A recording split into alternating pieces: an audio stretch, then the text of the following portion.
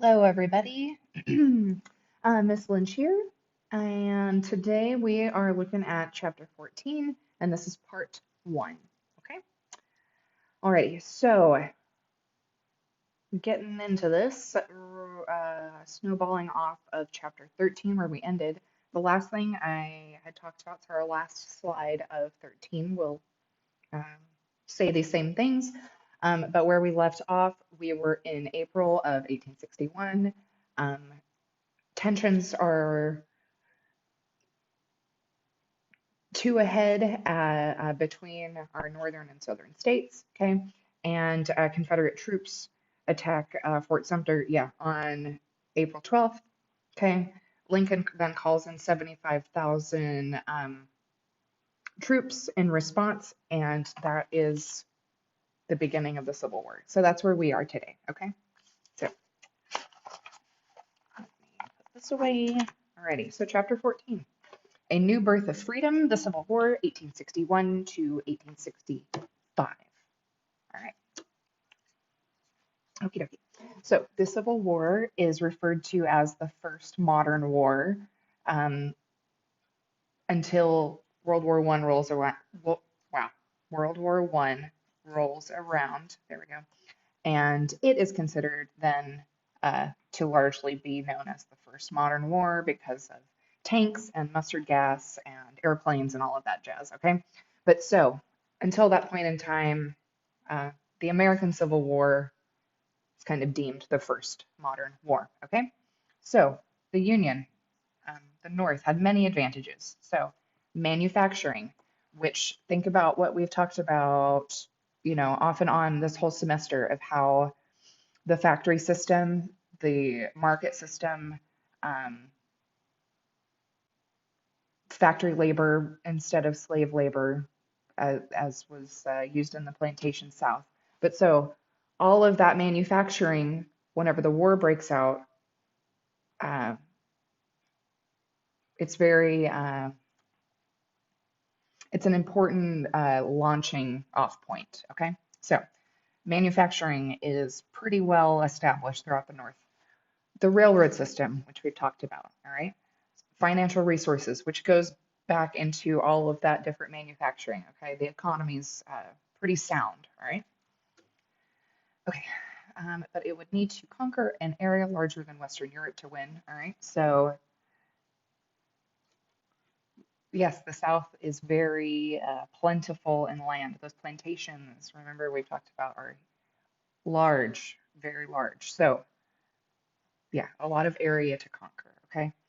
So this war is army versus army, but it's also society versus society, which goes back to what I was just saying with manufacturing, North versus South, right?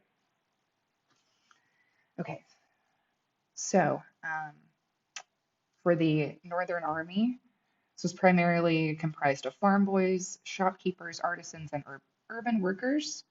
In the South, non-slave holding small farmers with slave owners dominating officer positions. Okay. So on both sides, the outbreak of war stirred powerful feelings of patriotism.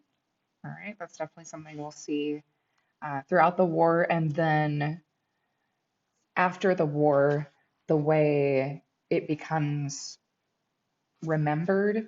So the memory of it and it will become skewed as this lost cause type thing. But anyway, so this patriotism will tie into that pretty heavily. All right.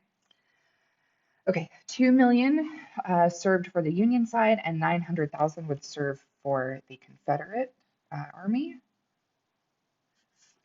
All right, so the technology of war.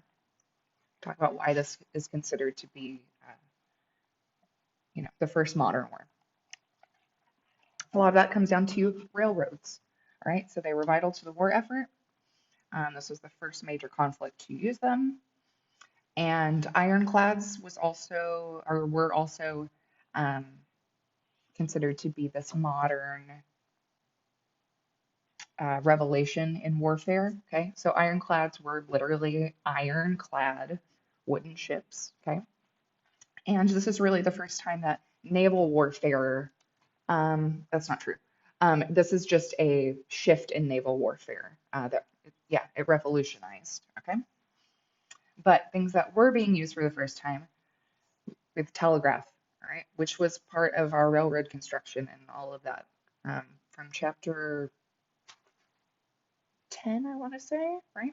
Okay, but so the telegraph, observation balloons, hot air balloons become um, utilized um, by the Union Army, which will technically, this is the first creation of an air force. Okay. Okay, grenades. It's the first time. Ugh, I keep saying that. Sorry, this is not the first time grenades were being used. That was actually um, developed by the Chinese army hundreds of years ago. But so they had,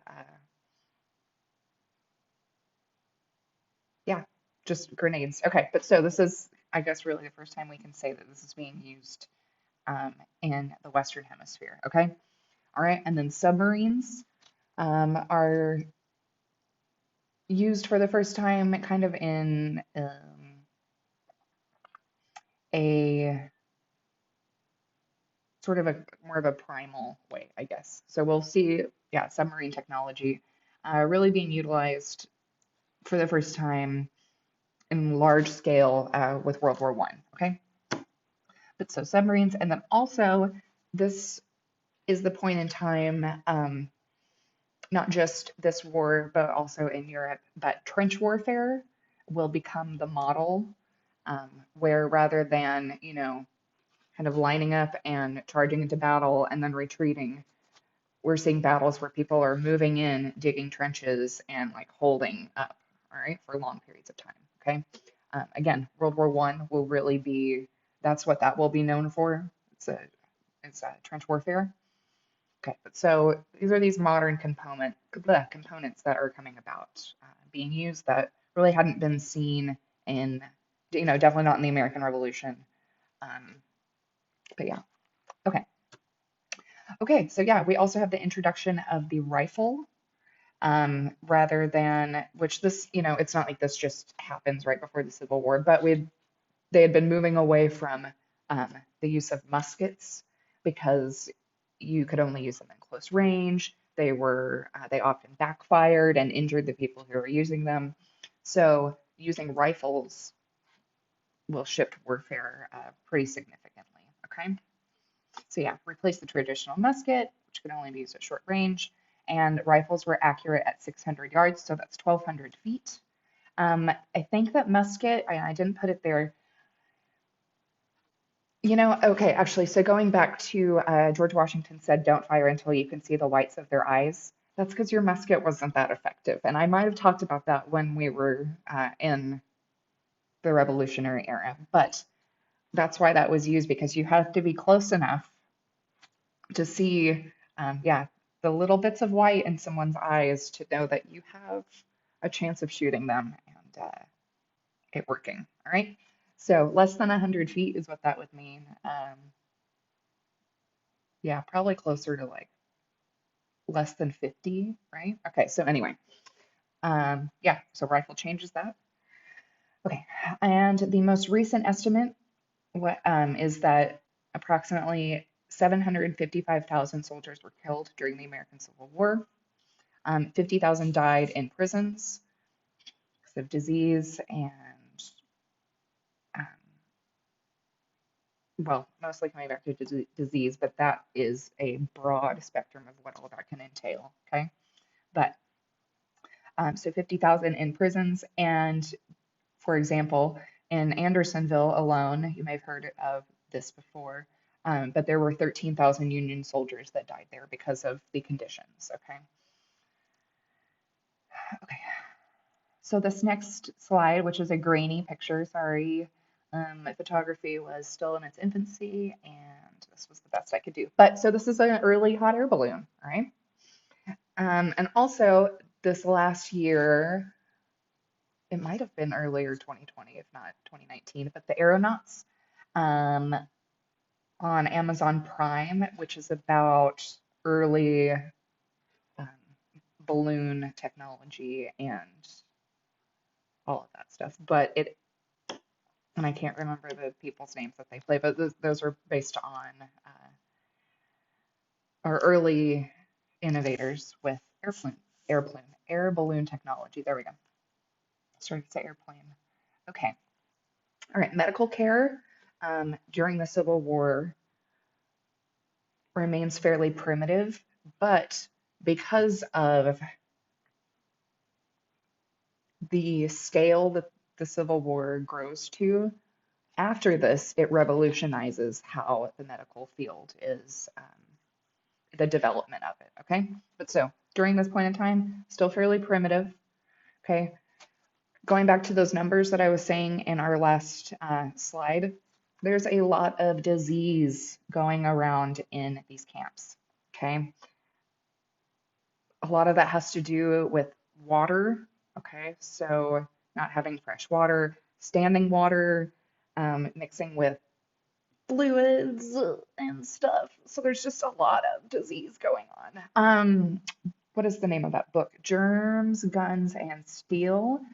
If you're doing your research project on medicine during the Civil War, I probably recommended that to you. But anyway, oh, duh, it's right here. Okay. Yeah, Guns, Germs, and Steel, and oh, and then This Republic of Suffering.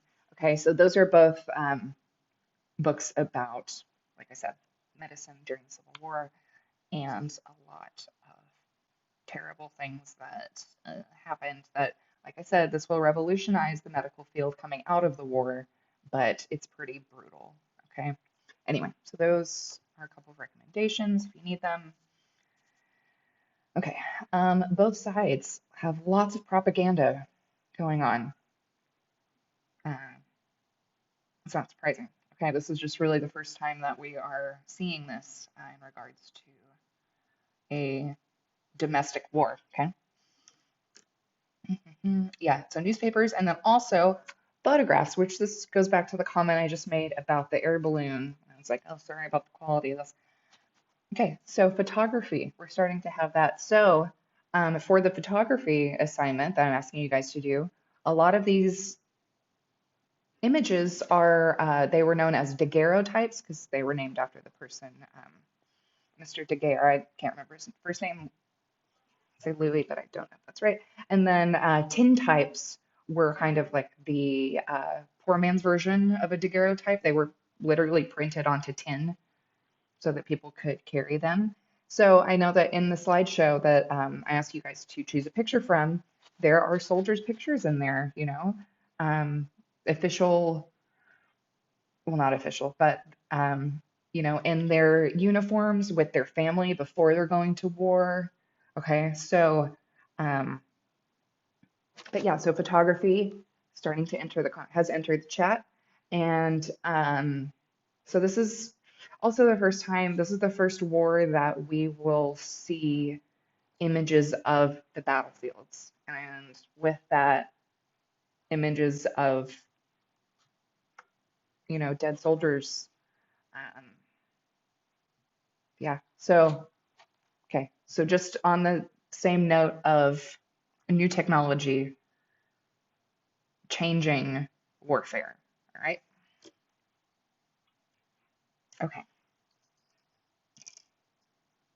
So military strategies, I'm not going to get into this a whole lot because this is 4 years of warfare and I've taken a semester-long class just over the Civil War. So I'm going to try to keep this concise, um, which kind of feels like blasphemy because like I said, I took a semester-long course over this and here I am trying to cram it into a few minutes. But so we'll keep it short, all right? But the Confederacy adopted basically their whole strategy was sporadic attacks into the north. Okay. Robert E. Lee was their commanding officer. Okay. On the northern side, there's Winfield Scott. Um, okay. Who did not utilize all of the advantages that we talked about, those going back to the factory system. Okay. So he instead concentrated on occupying Southern territory, capturing Richmond, which was the Confederate capital. All right, so there's kind of this disconnect in aims, goals, and stuff. Okay. All right. So the war begins. Okay. In the East, most of the war's fighting took place in a little corridor between Washington, D.C. and Richmond, Virginia, which really just stretches 100 miles. Okay. Um,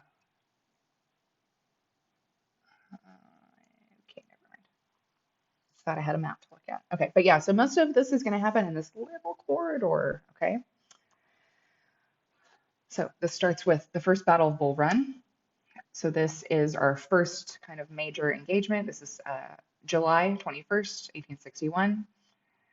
All right, Confederate victory and leads to a chaotic Union retreat. Okay, and then George McClellan assumed command of the Union Army of the Potomac because it was that retreat was kind of viewed as an embarrassment. Okay, so war in the East in 1862. So this is our following year. So General Lee blunted McClellan's attacks coming to Virginia. Remember, they wanted Richmond. Forces him to withdraw. Okay, this brings us to the Second Battle of Bull Run. So August 1862. So that is a coveted piece of land by both armies. Okay. All right. So successful in the defensive, Lee launched an invasion of the North. McClellan's Army of the Potomac stopped Lee at the Battle of Antietam, which is in Maryland, so just north of D.C. And this was the single bloodiest day in U.S. history. So this is September 1862. Okay. So Lee's forces are repelled back south. And so I do believe this is just our Confederate number. But yeah, so during this, there were 4,000 killed and 18,000. Nope, that's a total number. 4,000 who were killed and 18,000 who were wounded at Antietam. 2,000 individuals would later die because of wounds that were that became infected. Okay, so 2,000 people would die after Antietam, but as a result of it. Okay, so Burnside then replaced McClellan for our Union troops after Antietam, and Burnside's assault on Lee at Fredericksburg in Virginia resulted in a disastrous Union defeat. Okay, so that is how, so 1862, things are not looking great for the Union Army.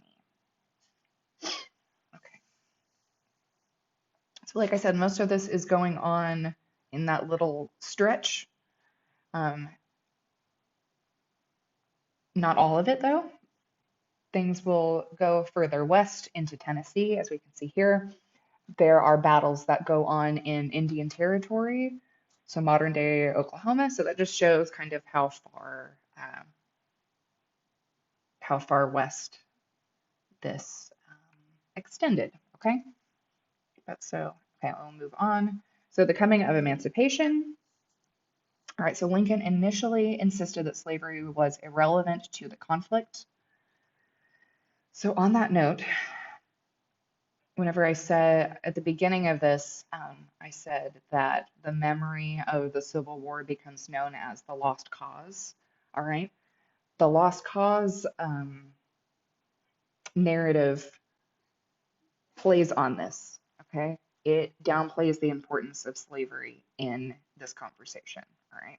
So that's something to keep in mind that this point will be used later on by all sorts of people, but just kind of that will become a popular memory, quote unquote. Okay. Okay, so he feared that the four border states, which we left off with, so who are we talking about? Let's see, North Carolina, Tennessee,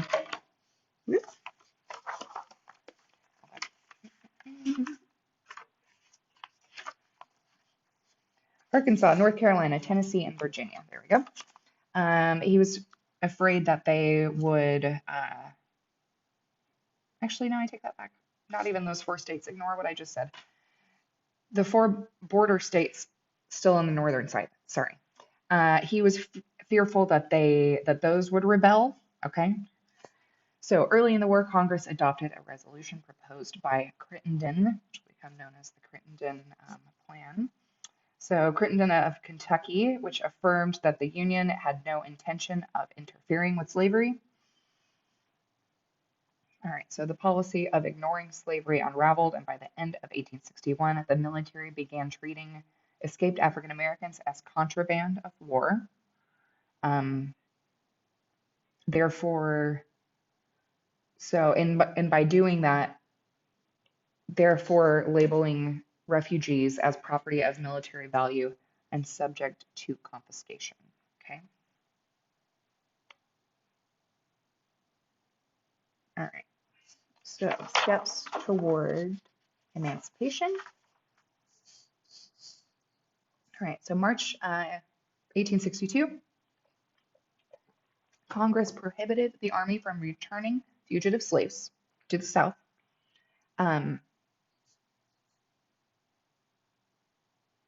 Okay, then came abolition in Washington, D.C. and subsequent territories, which goes back to westward, our conversation about westward expansion and um, wanting to or being against, but whether or not slavery should be permitted in the new territories. Okay, so that's what this means. So abolition in the District of Columbia and all the territories, since those are regulated by the federal government. So abolition in those areas is called, okay. July 1862, the Second Confiscation Act is passed, which liberated slaves of disloyal owners in Union-occupied territory, as well as slaves who escaped to the North. All right. And Lincoln proposed gradual emancipation and colonization for border state slaves. All right. Border states on the southern side this time, okay? All righty. So Lincoln's decision. During the summer of 1862, Lincoln concluded that emancipation had become a political and military necessity. He delayed announcing it until a Union victory. So in September of that year, 5 days after Antietam, Lincoln issued the Preliminary Emancipation Proclamation. Okay, so let's go to our next slide, the Emancipation Proclamation. All right, so Lincoln signed this January 1st, 1863. Okay, this declared slaves in Confederate-held territory to be free. All right, and the Emancipation Proclamation not only altered the nature of the war and the course of American history, but also represented a turning point in his own thinking, going back to how he viewed things at the beginning of the war, like I was saying. Okay. Okay.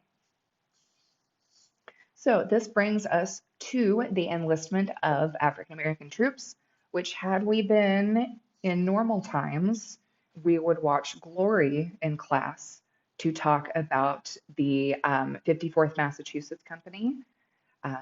If you've never seen Glory, that's what it's about. It's about this, what I'm about to discuss. And if you've seen it, you're most likely going, oh, yes, that movie's awesome. Because that's everyone's reaction because it is awesome. It's such a good movie. So if you need something to watch, I'm sure it's out there streaming somewhere. There's a good chance somebody might have even done it for their movie project. I haven't gotten everybody's assignments turned in yet, so I haven't graded them all yet. But anyway, Glory, awesome movie. And it's about what I'm about to discuss. Okay, so, alrighty, looking at the Emancipation Proclamation. So of the proclamation's provisions, few were more radical in their implications than the enrollment of African Americans into military service. Okay, so because the position of sailor had been one of the few occupations that had been open to free African Americans prior to the war, Secretary of the Navy Gideon Welles had already allowed African Americans to serve on Union warships. So that had been going on since the beginning of the war anyway. Okay, it was not, or it was initially not done because the enlistment, that is, because the Union Army feared that Caucasian soldiers would not fight along African Americans and the border states would be alienated, which that will happen to a certain extent. Um, I feel like that was something that would be inevitable. So they were right in their thinking that that would be problematic. But by and large, no, not so much. Okay, there would be um, instances of Caucasian soldiers having problems serving side by side with African American soldiers. That's more the exception than the rule. Okay, but the rule was to still have segregated units. So it was a non-issue. It should be a non-issue, right? Anyway, I digress. Okay. So by the end of the war, over 180,000 African American men served in the Union Army and 24,000 for the Navy. A third of these men died in battle. Most were emancipated slaves who joined the Army in the South, um, which that number is about close to 76,000. Okay, the 54th Massachusetts Volunteers, that's who I was talking about with Glory, right? And this was a company of free African American men from the North under the command of Robert Gould Shaw. Also, yeah, Robert Shaw, all of his papers have been archived. University of Massachusetts, I want to say. I think that they're housed in Boston because he was from Massachusetts. They were a Massachusetts company. Anyway, okay, so alrighty, let's look at, we're still talking about African American men who enlisted for the Union Army. So let's look at these soldiers a little bit more on the individual side rather than uh, our large units. Okay, but so for African American soldiers, military service proved to be a liberating experience. Like I said, a lot of these men joined in the South whenever Union forces moved that way. These men joined and went back north or went into whatever area from that point on. But so, yes, this was liberating. Okay. So, at least 130 former soldiers served in political office after the Civil War, which in chapter 15, I discussed that a little bit. Okay. And I will make a note on chapter 15 at the end of part 2 for this. Okay. Okay, so within the Army, they did not receive equal treatment to Caucasian soldiers. They did not receive equal pay, right? And that is depicted in Glory. There's a scene that gets into this. Okay, but so, and like I mentioned, these men were served in segregated units, going back to fears that our officers held. Okay, so segregated units under sometimes abusive officers, which goes back to what I said in the previous slide. Issues with Caucasian American soldiers not wanting to serve next to African American soldiers. Whenever I was saying that, there were instances of racism that these men experienced, you know. So that resonates with, your fellow soldiers and then with the officers too. So we do see there were stories of abusive officers coming out of some of these regiments. Okay. So for African American men who served, they were often relegated to positions of labor rather than combat. Okay, and they could not serve as officers until fairly late in the war. Okay, so like I said, there were differences in pay. So for African American soldiers, they were paid $10 a month compared to $16 a month for Caucasian American soldiers. And this is specifically what is depicted in Glory, the $10 versus $16. So that is, and that movie came out in, I I think it came out in 88, but won awards in 89. But anyway, so that's very, that was progressive to include that in their conversation for sure. Okay. So $10 versus $16.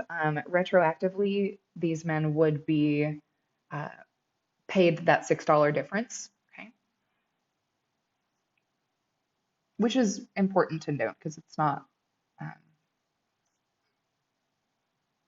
this was something that was rectified. So I feel like whenever we talk about history, there's a lot of very negative things out there. So whenever we can find little glimmers, um, they're worth noting. Okay, so someone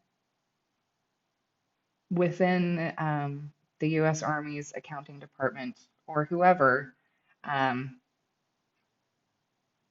at least acknowledged that this was unfair and this was remedied eventually. Okay, that's all I want to say. Okay. All right, so last thing, and I will call it the halfway point here. But so African American soldiers played a crucial role not only in winning the Civil War, but also in defining the war's consequences, right? And that goes back to what I was saying about memory and the way the Civil War becomes remembered, particularly in the South immediately after the war, which will shape generations of thinking. But yeah. Anyway, we will talk more about this in some detail whenever I come back for the second part. So we will just keep these ideas going, okay? All right, I'm going to shut it down for now. If you guys have any questions, please email me, and otherwise, I will see you back for part 2 of this, okay? All right, bye.